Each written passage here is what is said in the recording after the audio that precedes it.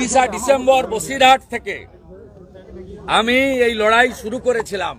আমি একা নয়, হাজার হাজার সাথীদের নিয়ে।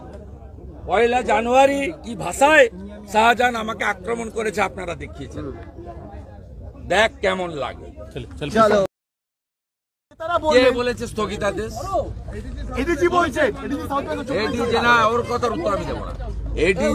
এডিজি মানে ওই সুপ্রতিম সরকার। এই সুপ্রতিম সরকারের সম্পর্কে না বলাই ভালো। ইনি ছিল, আরে আমার ওদের যে পুলিশের টিম পরশুদিন রাত্রি 12টায় শাহজাহানকে নিয়েছে, টিমে আমার লোক ছিল। তারা আমাকে সকালেই বলে দিয়েছে এবং ওদেরকে ফলতা নিয়ে গেছিল ডিআইজি এই রেঞ্জের ভাস্কর মুখার্জির গাড়িতে। এবং আমি বলে দেওয়ার পরে ওকে আবার সন্ধ্যাবেলা এখানে এনে বসিরহাটে মিনাখাতে এনে তার আগে আকঞ্জি পাড়াতে ওর বাড়ির লোকজনের সঙ্গে মিট করিয়েছে এবং বাড়ির লোককেও বলেছে আমি তাড়াতাড়ি ফিরে আসব, তোমরা এখন শান্ত থাকো, আইনের উপর ভরসা রাখো, আমি ফিরে এসে সবকে ঠিকঠাক করব।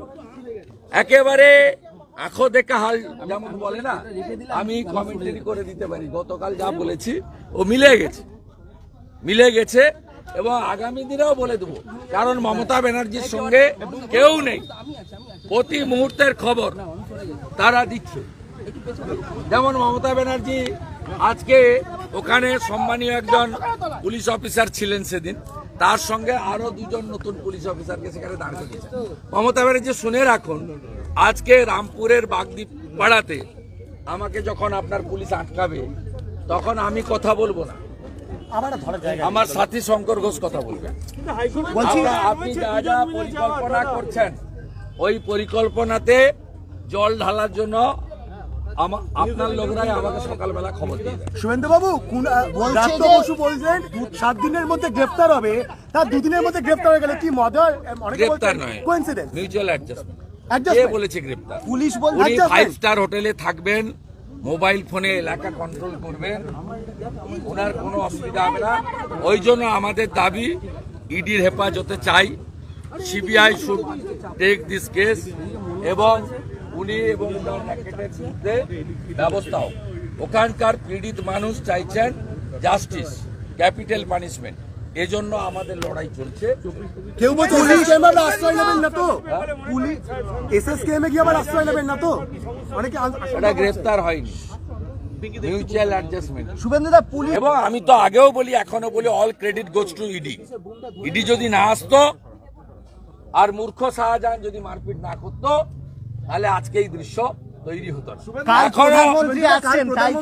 বিচার বহুত বাকি হয়, অনেক জিনিস দেখতে। কাল প্রধানমন্ত্রী আসছেন বলেই কি আজকের দিনটা বেছে নেওয়া হলো?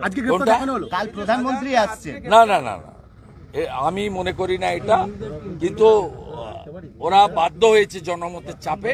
প্রধানমন্ত্রীর আসা তো নিশ্চিতভাবে একটা বড় বিষয়, যে মাননীয় প্রধানমন্ত্রী তিনি পশ্চিমবঙ্গে লোকসভা ভোটের প্রাক্কালে এখানে তার বিকাশের পক্ষে এবং তৃতীয়বার এনডিএ সরকার তৈরি করার জন্য তিনি এখানে আসছেন। এটা একটা বড় ইস্যু।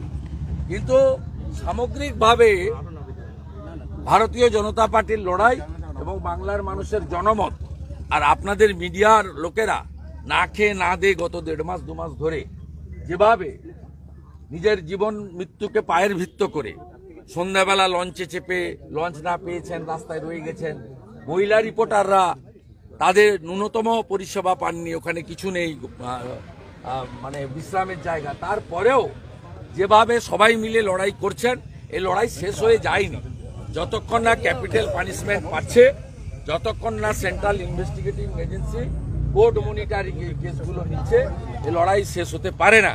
আর একা শাহজাহান নয়, গোটা র্যাকেটটাকে সিরাজউদ্দিন, জিয়ারুল মোল্লা সব পুরো র্যাকেটকে গ্রেপ্তার না করা পর্যন্ত এই লড়াই চালাবে।